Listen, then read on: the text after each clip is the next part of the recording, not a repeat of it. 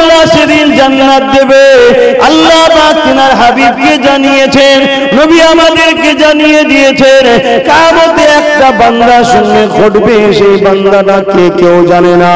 আমি হতে পারি, তোমাদের মধ্যে কেউ হতে পারে, কোন একটা বান্দার সঙ্গে এইরকম একটা ঘটনা ঘটবে। কেন আমার আল্লাহ ভবিষ্যৎ জানে, বর্তমান জানে, অতীত জানে, সব তিনি জানেন। তাই তো তিনি রব, তাই তো তিনি মালিক, তাই তো তিনি খালেক, তাই তো তিনি আল্লাহ। তেনার কোনো সন্তান নাই, স্ত্রী নাই, ছেলে পুলে নাই, লাম ইয়ালিদ ওয়া লাম ইউলাদ, তিনি কারো থেকে জন্ম নাই, তেনার থেকেও কেউ জন্ম নয়। তিনি এক অদ্বিতীয় আল্লাহ, যিনি বিনা খুদিতে আসমান রেখেছে, যিনি গাছ লাগালাম আমরা ফল দিলেন তিনি, আবার তিনি ঝড় দিয়ে শেষ করে দিতে পারে আমাদেরকে পরীক্ষা করার জন্য, যিনি আবার আমার তোমার পেটেতে, মায়ের পেটেতে বাচ্চা দেয়, আমার মা বাপের মিলনের ওসিলায় আমাদেরকে বানিয়েছে, তিনি তো আল্লাহ। এই যুবকেরা তিনার ওসিলায় সূর্য ওঠে, যিনার ডাকে তো সূর্য বন্ধে বেজে চাঁদ ওঠে, অন্ধকার হয়ে যাবার আলো আসে, তিনি তো আল্লাহ। তিনি ওই বান্দাকে বলবে, বান্দারে তোর মধ্যে একটা ভালো কাজ পেয়েছে, যেটা আমার বড় পছন্দ হয়েছে। কি ভালো কাজ? নবী সাহাবাদেরকে বলেছে, প্রচন্ড গরমের সময় এক বান্দা রাস্তা দিয়ে যেতেছিল, একটা পশুকে তার মালিক গাছেতে বেঁধে দিয়েছিল। এই বাধাতে রোদটা চলে গিয়েছিল, ছায়াটা চলে গিয়েছিল, রোদ এসে গিয়েছিল, ছায়াটা চলে যাবার পরে যখন আমরা কোনো ছায়া দেখে দাঁড়াই, কিছুক্ষণ পরে সূর্য যখন উঠতে থাকে ছায়াটা সরে যায়, মালিক চলে গেছে, ছায়া সরে গেছে, রোদে ওই পশুটার জিভটা বেরিয়ে গিয়েছিল, এত পিপাসা লেগেছিল, কষ্ট হয়েছিল। ওই পাপী যুবকটা যাচ্ছিল, ওর দিকে বড় মায়া হয়েছে, এই নিয়ে যে ছাওয়ায় বেঁধে পানি পান করিয়েছে। সেই দিন মালিক বলবে, তুই যদি আমার সৃষ্টির উপরে এত দয়া দেখাতে পারে, যখন আমার সৃষ্টি বিপদে ছিল তুই দয়া দেখিয়ে পানি পান করিয়েছিলি, আজ তুই বিপদে আছিস, আমি মালিক কেন দয়া দেখাবো না? যা আমার দয়ার বিনিময়ে তোকে জান্নাতি বানিয়ে দিলাম। আরো জোরে বলুন সুবহান। এ নওজোয়ান তরুণেরা, এ নবী পাকের প্রেমিকেরা, ভালো মানুষ হন। পৃথিবীতে 700 কোটি মানুষ আছে, মানুষের অভাব পৃথিবীতে নাই, কিন্তু পৃথিবীতে শান্তি কোথায়? পৃথিবীতে সভ্যতা কোথায়? পৃথিবীতে ইনসাফ কোথায়? পৃথিবীতে গরিবদের আশ্রয় কোথায়? পৃথিবীতে নারীদের মর্যাদা আজকে কোথায়? অথচ আল্লাহ নবী 1500 বছর আগে এমন একটা সুন্দর সিস্টেম শিখিয়ে দিয়ে গেছে। ওই সিস্টেমে যে পরিবার চলে, ওই পরিবারে মায়ের সম্মান ভালোবাসা আছে, ওই পরিবারে বাপের সম্মান ভালোবাসা আছে, ওই পরিবারে স্ত্রীর মর্যাদা আছে, ওই পরিবারের স্বামীকে কখনো স্ত্রী ধোঁকা দেয় না, ওই পরিবারের ছেলেরা বাপ মাকে সম্মান করে, ওই পরিবারে কখনো দুঃখ কষ্ট অভাব থাকলেও মনে করে না। ওই পরিবারে দেখো একটা দুনিয়ার জমিনে জান্নাতি শান্তি রয়েছে। এই যুবকেরা, তরুণীরা, বাপেরা, এই নিজেদের জীবনটাকে পরিবর্তন করে আল্লাহ পাক কোরআন পাকের মধ্যে জানিয়ে দিলে, লাকাদ কানা লাকুম ফি রাসূলিল্লাহি উসওয়াতুন হাসানা, তোমাদের জন্য আমি আল্লাহ আমার হাবিবকে মডেল করে পাঠিয়ে দিয়েছি। তোমরা নামাজ পড়বে, আমার হাবিবকে দেখো, রোজা রাখবে, আমার হাবিবকে দেখো, হজ করবে, আমার হাবিবকে দেখো, ব্যবসা বাণিজ্য করবে, আমার হাবিবকে দেখো, দুনিয়াবি জিন্দেগি কালচার কেমন হবে, আমার হাবিবকে দেখো। তোমরা অমুসলিমদের সঙ্গে কিভাবে সম্পর্ক রাখবে, আমার হাবিবকে দেখো। তোমরা মুসলমান ভাই ভাই কিভাবে উঠা বসা করবে, আমার হাবিবকে দেখো। তোমরা রাষ্ট্র পরিচালনা করবে, আমার হাবিবকে দেখো। তোমাদের অর্থনীতি যদি আমার রাসূলুল্লাহর নীতি অনুযায়ী হয়, কখনো তোমরা ঠকবে না, বিপদগ্রস্ত হবে না, কখনো তোমাদের রাষ্ট্র দেউলিয়া হবে না। তোমাদের অর্থনীতি যদি আমার মুহাম্মাদের অনুসরণ করে করতে পারো, পৃথিবীতে যারা সব থেকে গরিব ছিল, যারা সব থেকে পিছিয়ে ছিল, আমার মুহাম্মাদের অর্থনীতির স্টাইলে চলার জন্য পৃথিবীর জমিনে তাদের মধ্যে আর কেউ গরিব না, সবাই স্বচ্ছ জিন্দেগি কাটাচ্ছে। তারা হলো আমার নবীর পড়শি, তারাই হলো মদিনাওয়ালারা।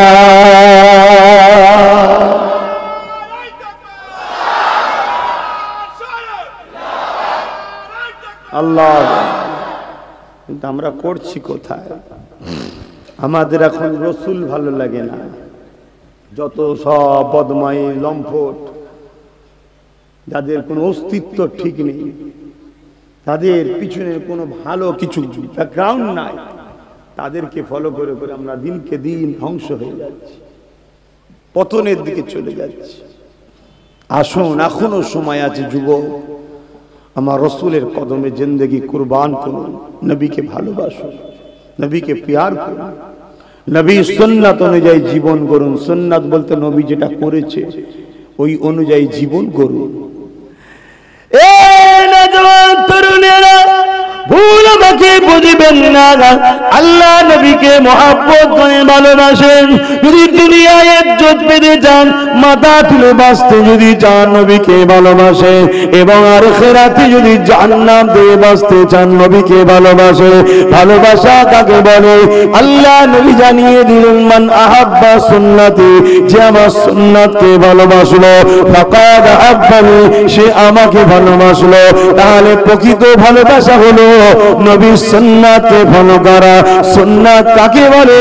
আল্লাহ নবী যেটা করেছে তাই আল্লাহ কোরআনে জানিয়ে দিলেন, কুল ইন কুনতুম তুহিব্বুনাল্লাহ ফাত্তাবিউনি ইউহিব্বুকুমুল্লাহ ওয়া ইয়াগফির লাকুম যুনুবাকুম ওয়াল্লাহু গফুরুর রহিম। বড় কাবলাম কুল, এর মানে হলো বলো। কে বলবে? নবী আপনি বলুন। ইন কুনতুম তুহিব্বুনাল্লাহ, যারা বলে আল্লাহকে ভালোবাসি, এরা যদি সত্যবাদী হয়, ফাত্তাবিউনি, আগে যেন নবীর ইত্তেবা করে। এই যুবকেরা, আজ আমরা সবাই বলি আল্লাহকে ভালোবাসি। এই ভালোবাসা সত্য হলে আপনাকে কি করতে হবে? ফাত্তাবিউনি, নবীর ইত্তেবা করতে হবে। নবী পাকের কি ইত্তেবা করবেন? ওই নবীর সুন্নাতটাকে ইত্তেবা করতে হবে। নবী যা করেছে বা করতে বলেছে এটাকে ফলো করতে হবে। এই ইত্তেবা অনুসরণ যদি করে, তাহলে আল্লাহ বা জানিয়ে দিল, ইউহিব্বুকুমুল্লাহ, আমি আল্লাহ তোমাদেরকে তাহলে বড় ভালোবাসবো, প্যার করব।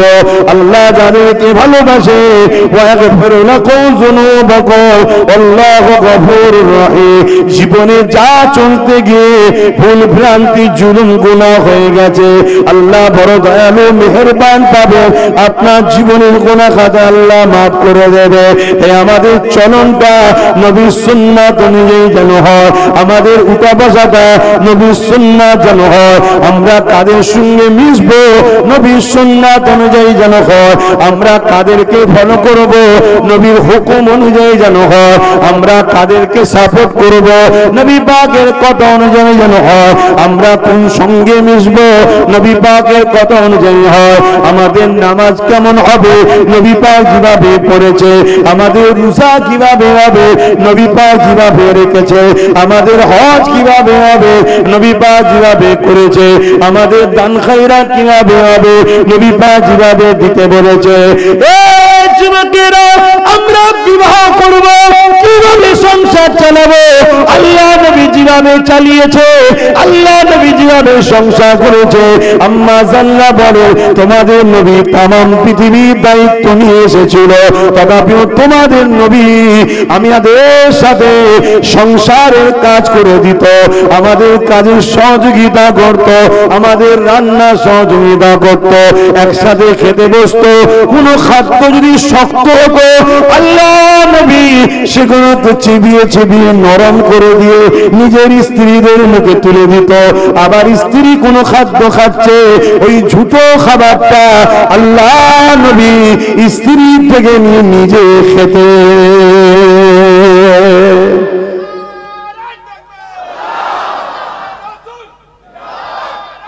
আল্লাহ। শুনছো তো ভাই, এভাবে জীবন গড়ো, শান্তি পাবে। আমাদের আকাশ ছোঁয়া বাড়ি থাকতে পারে, ব্যাংক ভর্তির টাকা থাকতে পারে, সব থাকতে পারে, শান্তি আছে কি জিজ্ঞেস করো তো,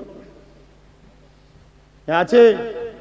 খুব ঠান্ডা মাথায় বোঝো বাপ, তুমি ভেবনি তোমার একটা হক আছে, মানুষের উপর একটা হক আছে, তোমার পাড়া প্রতিবেশীর হক একটা আছে তোমার উপরে।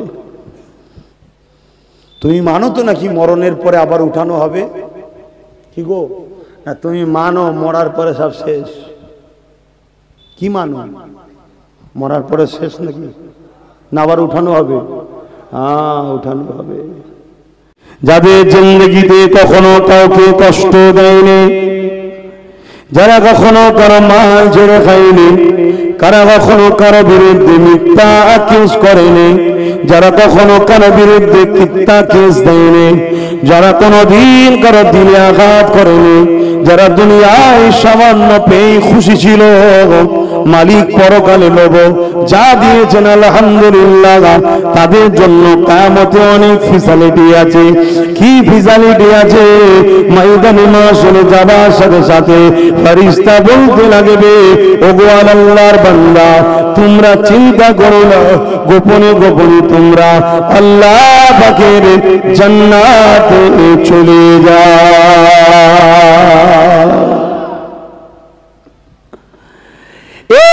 যুবকেরা, এই দুনিয়ায় যদি কেউ গরিবকে খাওয়ায়, এই দুনিয়ায় যদি কেউ ক্ষুধার্তকে খাওয়ায়, এই দুনিয়ায় যদি কেউ অসহায়কে আশ্রয় দেয়, এই দুনিয়ায় যদি কেউ মালিকের সৃষ্টিকে ভালোবাসে, তাদের জন্য খুশির খবর রয়েছে।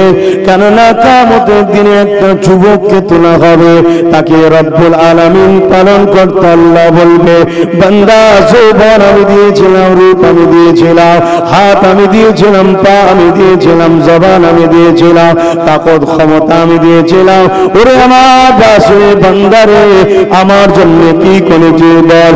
ওই সময় যুবকটা কিয়ামতের দিন বলতে লাগবে, আল্লাহ আপনি আমাকে গোপনে গোপনে জাহান্নামী করে দিন, কেন দুনিয়া জমিনে আমি অনেক ভুল অন্যায় করেছি, ভালো কাজ করতে পারিনি। আমার আল্লাহ বলবে, ওরে আমার বান্দারে নিরাশ হয়ে যাস না, তোর আমলনামাটা দেখা। আল্লাহ পাক কুদরতি ভাবে আমলনামা দেখবে, সত্যি তার অন্যায় ভুল পাপ ভরা আমলনামা রয়েছে, কিন্তু আল্লাহ পাক একটা ভালো কাজ দেখে কুদরতি হাসা হাসতে থাকবে। বান্দারে তোর তো গুনাহ গুনাহ, অন্যায় অন্যায় পাপ ভরা, বান্দা ওই সময় বলবে, আল্লাহ তাই তো আমি বলেছিলাম আমাকে বেহুসুদি করবেন না, আমাকে দুনিয়ার সবাই হুজুর বলে মানত, আমার যে কত খারাপ চরিত্র ছিল আজ সবাই জেনে যাবে, বড় লজ্জিত হয়ে যাব। দুনিয়ায় আমাকে সবাই ভাইজান ভাইজান করত, আল্লাহ দুনিয়ায় আমি কত ভুল করেছি আজকে সবাই জেনে যাবে আল্লাহ, তাই বলেছিলাম চেপে দেন আল্লাহ, গোপনে গোপনে জাহান্নামে দিয়ে দেন। ওই দিনে বান্দা বলবে, আল্লাহ তাই বলেছিলাম আপনি সবার সামনে আমাকে অপমান করবেন আল্লাহ। আমার আল্লাহ বলবে, বান্দারে তবে তোর একটা ভালো কাজ পেয়েছি, আমার বড় খুশি হয়ে গেছে বান্দা, জান আল্লাহ তোর সমস্ত পাপকে চেপে দিয়ে কাউকে জানতে দেব না, জান্নাত আমার তুই আমার, ফাইসাল্লাহ আমি যা করব তা, যা তোকে জান্নাতি বানিয়ে দিলাম।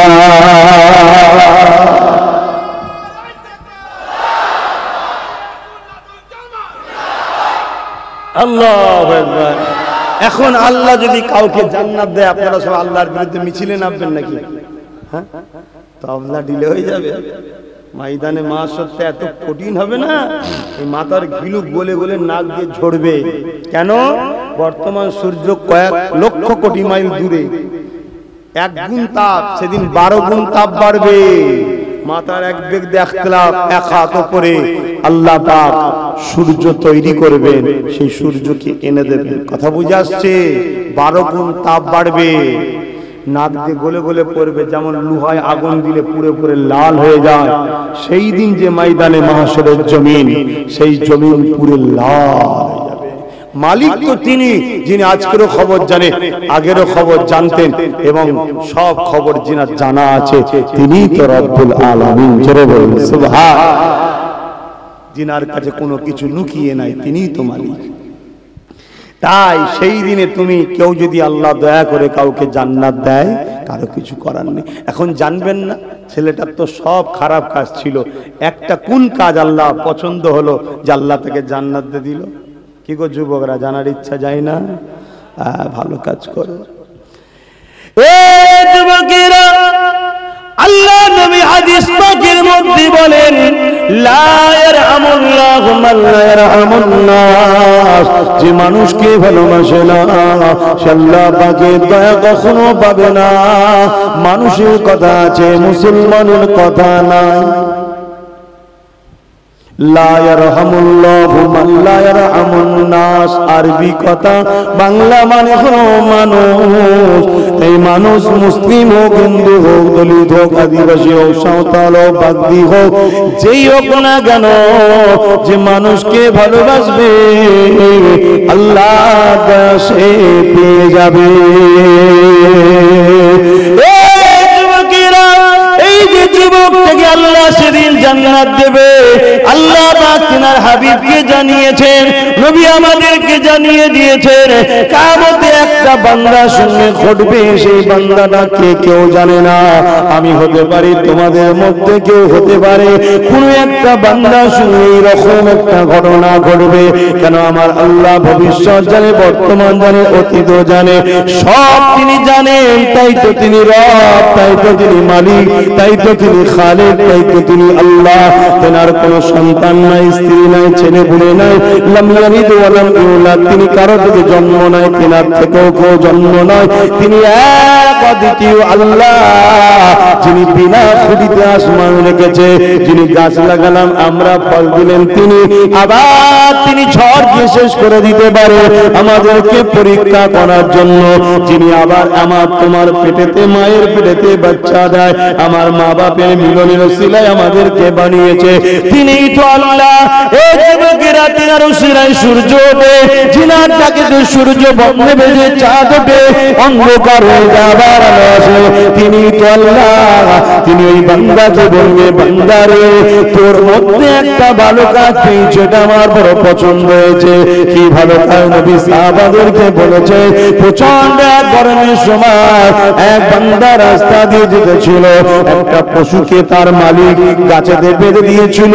এই বাধাতে রোদটা চলে গিয়েছিল, ছায়াটা চলে গিয়েছিল, রোদ এসে গিয়েছিল, ছায়াটা চলে যাবার পরে যখন আমরা কোনো ছায়া দেখে দাঁড়াই, কিছুক্ষণ পরে সূর্য যখন উঠতে থাকে, ছায়াটা সরে যায়, মালিক চলে গেছে, ছায়া সরে গেছে, রোদে ওই পশুটার জীবটা বেরিয়ে গিয়েছিল, এত পিপাসা লেগেছিল, কষ্ট হয়েছিল, ওই পাপী যুবকটা যাচ্ছিল, ওর দিকে বড় মায়া হয়েছে, তাই নিয়ে গিয়ে ছাওয়ায় বেঁধে পানি পান করিয়েছে। সেই দিন মালিক বলবে, তুই যদি আমার সৃষ্টির উপরে এত দয়া দেখাতে পারে, যখন আমার সৃষ্টি বিপদে ছিল তুই দয়া দেখিয়ে পানি পান করিয়েছিলি, আজ তুই বিপদে আছিস, আমি মালিক কেন দয়া দেখাবো না? যা আমার দয়ার বিনিময়ে তোকে জান্নাতি বানিয়ে দিলাম। আরো জোরে বলুন সুবহান।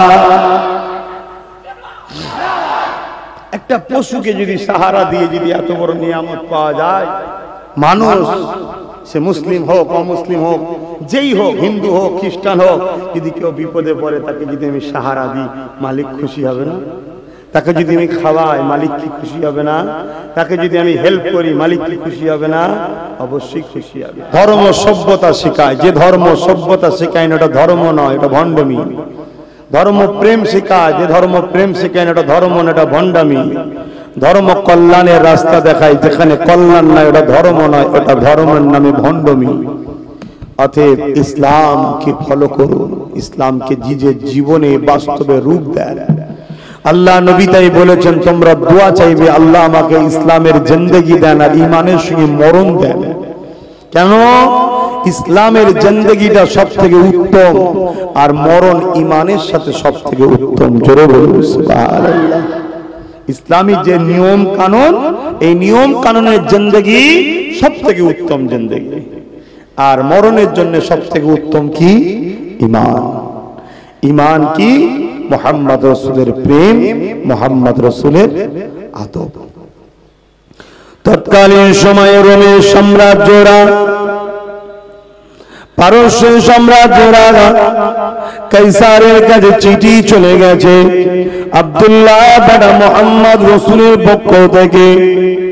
এ রোমের সাম্রাজ্যের রাজা, এ কাইসারের রাজা, এ পারস্যের রাজা, আমার কথা তোমরা মেনে নাও, লা ইলাহা ইল্লাল্লাহ আনা মুহাম্মদ রাসূলুল্লাহ, নেই কোন ইলাহা এক আল্লাহ ছাড়া, আর আমি মুহাম্মদ হলাম আল্লাহর প্রেরিত রাসূল।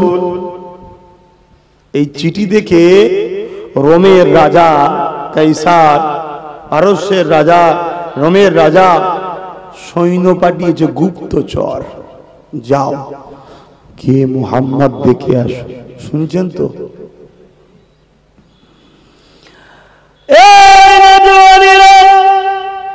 আল্লাহ নবী মদিনা নবী শরীফে সাহাবাদেরকে তালিম দিতে লেগেছে, শিক্ষা দিতে লেগেছে। বাবারা, বড়দের সঙ্গে কখনো খারাপ ব্যবহার করবে না, সম্মান দেবে, গরিবকে ভালোবাসবে।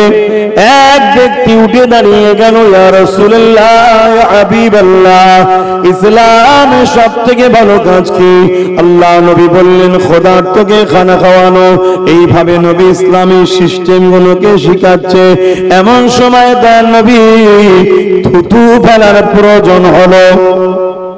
ওই সময় সাহাবাদের মধ্যে থেকে রেসারেজি শুরু হয়ে গেছে, ইয়া রাসূলুল্লাহ, আমার হাতে থুতু দেন, আমার হাতে থুতু দেন।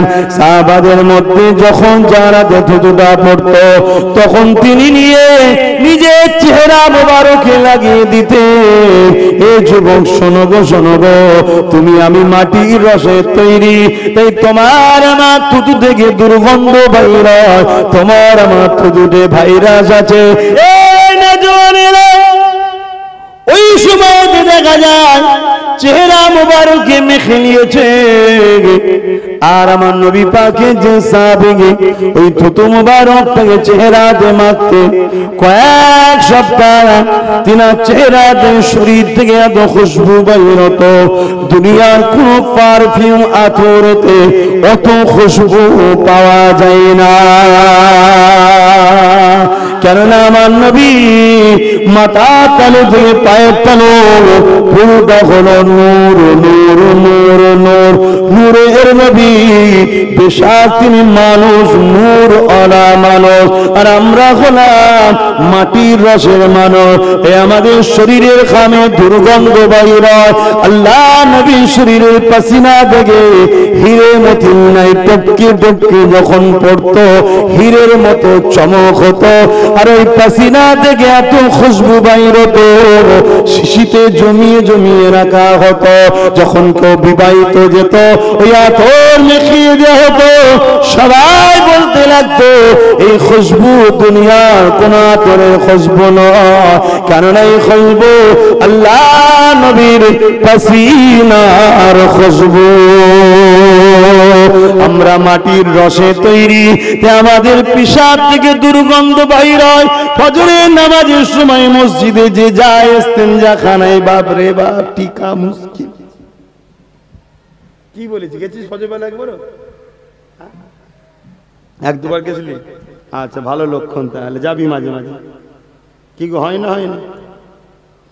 আর আল্লাহ নবী একটা পাত্রে ইস্তেঞ্জা করেছেন।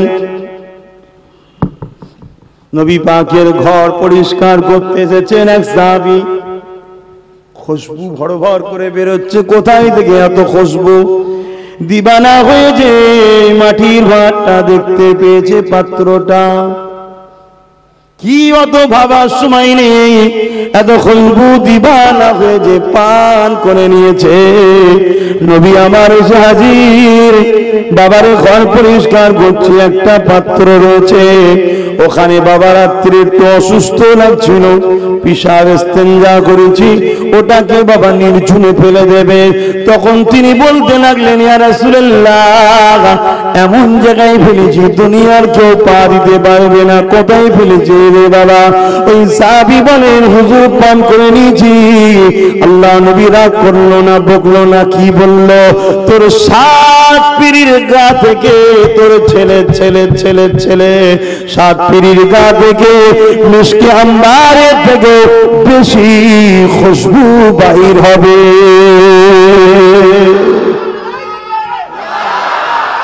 আল্লাহ,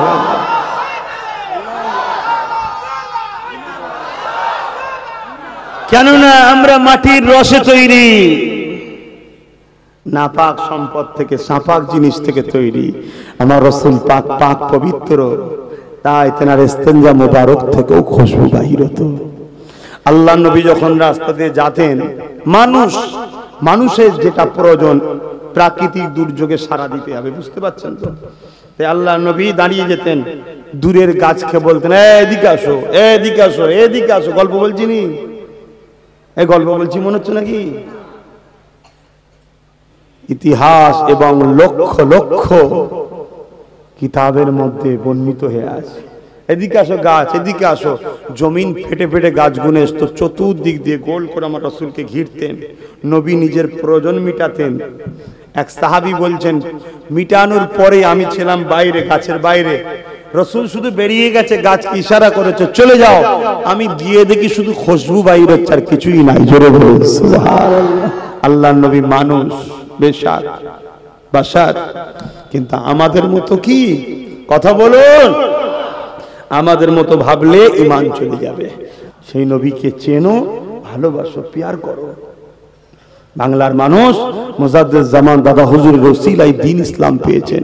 এই ভারতে, এই বাংলাতে কোনো নবী রাসূল আসেনি। খাজা হুজুর এসেছে, মুজাদ্দিদ আলফে সানি এসেছেন, শাহ ওলিউল্লাহ মুহাদ্দিস দেলবি, আব্দুর রহিম মুহাদ্দিস দেলবি, আব্দুল আজিজ মুহাদ্দিস দেলবি, কারামত আলী জোনপুরি, কথা বুঝে আসছে না? এই আল্লাহ ওলিরা এসেছেন। পূর্ব ভারতে মুজাদ্দিদুজ জামান দাদা হুজুর পীর কেবলা এসেছেন। জোরে বলুন সুবহানাল্লাহ। ইনাদের দ্বারা আমরা দাড়ি টুপি দ্বীন ইসলাম পেয়েছি। এখন সব বেরিয়েছে, ছেলে ধরা বেরোয়, দেখেছেন সিজনে সিজনে সিজনে শুধু বলে ছেলে ধরা বেরিয়েছে। কি সব সময় পাওয়া যায়? সিজনে বেরোয় কি? তো এরকম সিজনে সিজনে কিছু ঈমান চোর এলাকায় ঢোকে, খুব সাবধান। চিনবেন কি করে? যখনই দেখবেন নবীর শান মান ছোট করছে, নবীর পক্ষে যে কোরআনের আয়াতগুলো আছে বলছে না। আল্লাহ কোরআনে নবীকে কত সম্মান দিয়েছে জানেন? আমার নবীর সাহাবারা নবীকে রুআইনা বলে ডাকতেন। আরবিতে রুআইনা মানে হচ্ছে হুজুর, ইয়া রাসূলুল্লাহ, রুআইনা আমাদের দিকে দেখুন, রুআইনা আমাদের দিকে দেখুন বা শুনুন। কিন্তু এই রুআইনা শব্দটা আবার মক্কায় যারা দুম্বা উট চালন করা হয় তাদের ক্ষেত্রেও ব্যবহার করা হতো। কথা বুঝে আসছে? তাই সাহাবারা বলতো রুআইনা, হুজুর আমাদের দিকে দেখুন। আর ইহুদিরা আমার রাসূলকে এসে রুআইনা বলতো, তাদের দিলে থাকতো রাখেল বলে ডাকতো। তো দিলের খবরটা কে জানে? একটু বলবেন না? দিলের খবর অন্তর্যামী আল্লাহ জানে, ঠিক না বেঠিক? আমার আল্লাহ এটাকেও সহ্য করলেন না। তিনি কি বললেন? আয়াত নাজিল করে দিলেন কালামুল্লাহ শরীফে, তোমরা আমার হাবিবকে কেউ রুআইনা বলে ডাকবে না, উনজুরনা, ক্বালা উনজুরনা ইয়া রাসূলুল্লাহ, হুজুর আমাদের দিকে দেখুন। জোরে বলুন সুবহানাল্লাহ। এবার যদি কোনো ইহুদি এসে রুআইনা বলে, সেটা আয়াত নাজিল হয়ে গেছে, আর বলতে পারবে? তাহলে আল্লাহ আমার নবীকে কত সম্মান দিয়েছে, এইগুলো বলবে না। এই যে নবী থুতু মুবারক নিয়ে আলোচনা করলাম, এটা বুখারীর হাদিস। আল্লাহ নবী যখন চুল মুবারক, জুলফি মুবারক সেভ করতেন, কাটতেন, ওই চুল মুবারককে নিবার জন্য সাহাবাদের মধ্যে রেষারেষি হতো, হুজুর আমাকে দেন, আমাকে নিয়ামত একটু দেন। এটা বুখারীর হাদিস, এটা বলবে না। নবী পাক সাল্লাল্লাহু আলাইহি সাল্লামের রওজা বলা যাবে না, এটা বলবে। এই কথা বুঝছেন না, বোঝেন না? এই শয়তানগুলোকে চিনুন, এরা আমাদের ঈমানকে বরবাদ করে দিচ্ছে। আর ঈমান ছাড়া বা যতই নামাজ পড়ো সব বেকার। আদমের মতো সেজদা দাও, ইবলিসের মতো সেজদা দিও না। ইবলিস 7 কোটি বছর সেজদা দিয়েছে, নাজাত পাবে তো? হবে না। আদমের সন্তান, আদমের মতো সেজদা দাও। আদম কেমন সেজদা দিয়েছিল? মাথা তুলে দেখছে, আল্লাহর আরশ আজিমের উপর লেখা আছে লা ইলাহা ইল্লাল্লাহু মুহাম্মাদুর রাসূলুল্লাহ। আদম আলাইহিস সালাম বলছে, আল্লাহ আপনি তো এক, আপনার ছেলেপুলে স্ত্রী বউ বাচ্চা কেউ নেই, তাহলে মুহাম্মদ রাসূলটা কে, যার নাম লেখা রয়েছে? তাহলে আমার নবী কবে নবী, বুঝতে পারছেন তো? আর এই শয়তানগুলো কি বলবে? 40 বছরের আগে নবী ছিল না। বলেন নাউজুবিল্লাহ। শয়তানগুলোকে চিনবেন, যখন এরকম কথা শুনবেন, আপনারা আম মানুষ, গণতান্ত্রিক দেশ, ঝগড়া করবেন না, চলে যাবেন। কথা বুঝছেন না, বোঝেন না? আল্লাহ লানত তাদের উপরে। তবে সুযোগ পেলে, আল্লাহ যদি সুযোগ মিলায়, একটু ভালো করে খেদমত করবেন। ডাল ভাত খাওয়াবেন নাকি? আন্ডা ভেজে মুরগি রান্না করে খাওয়াবেন নাকি? সব খাওয়াচ্ছে তো এখন। থাক, আর বলবো না, কষ্ট হচ্ছে আপনাদের। পিছনের ভাইগুলো অনেকক্ষণ দাঁড়িয়ে আছে, কষ্ট হচ্ছে। আহা, কত সম্মান! আল্লাহ পাক আমার নবী পাককে এত সম্মান দিয়েছেন। মক্কা জমিনে নবী যখন এসে বলল লা ইলাহা ইল্লাল্লাহ, সবাই বলে আল্লাহ বারকে।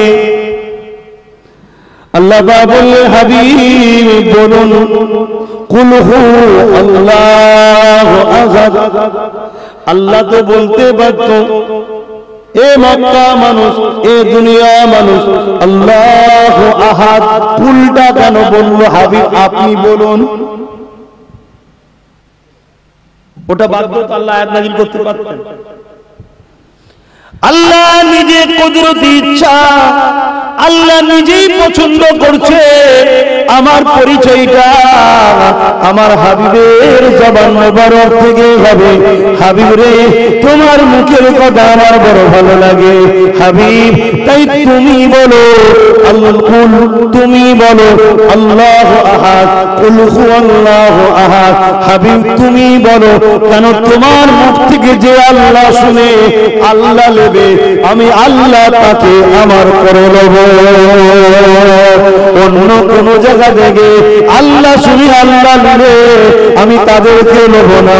তাহলে ইহুদিরাও তো আল্লাহ মানে, খ্রিস্টানেরাও আল্লাহ মানে, হাবিব ওদেরকে নেব না। যে তোমার মুখ থেকে শুনে আল্লাহ নেবে, তাদেরকে আমি জান্নাত দেব। নবীর সম্মান বুঝছো? এগুলো বলবে না, বলবে শুধু কি ইয়া রাসূলুল্লাহ বলা শিরক। ভাই ইয়া রাসূলুল্লাহ বলা শিরক। যারা ছাত্র আছে, তুলাবা আছে, জিজ্ঞেস করুন, ইয়া হারফে নেদা, করিব ইয়া বাইদ, দু জায়গায় ব্যবহার হয়, কাছে থাকলেও হয়, দূরে থাকলেও হয়। এজন্য আপনাদের উচিত পড়াশোনা করা। আপনারা তো পড়েন না, কি করব বলেন? আমি আজকে বলে যাচ্ছি, আমার কথা রাখবেন। মা বোন বাপ ভাই, রুহুল আমিন সাহেবের কিতাব, মেজা হুজুরের কিতাব, এই দুই হুজুরের কিতাব একটু বেশি করে পড়ুন। মেজা হুজুর একটা বই লিখেছে তাহকিকুল মাসাইল, তোমার কাছে আছে? হ্যাঁ, পড়াবে ছেলেদের, লোকেদের দেবে। তাহকিকুল মাসাইল, আরবি টু বাংলা, হাদিসটা আছে আরবিতে, তার বাংলাটা করা আছে। একদিন এক সাহাবী বড় অসুস্থ, বিমারে ছিলেন। তুমি যদি পড়ে থাকো আমার কথাটা শুনবে, মিলাবে যে হ্যাঁ আমি পড়েছি, বলবে। আমিও পড়েছি, তাহকিকুল মাসাইলে পড়েছি। এবং হাদিসটা কিন্তু তাহকিকুল মাসাইলের নয়, হাদিস তো রাসূলের কল, তো সাহাবাদের। সাহাবাদের কলটা হাদিস না, হাদিস নয়, সেটাও হাদিস। সাহাবাদের কল মানতে হবে না, হবে না গো? কথা বলছে না তো? হ্যাঁ।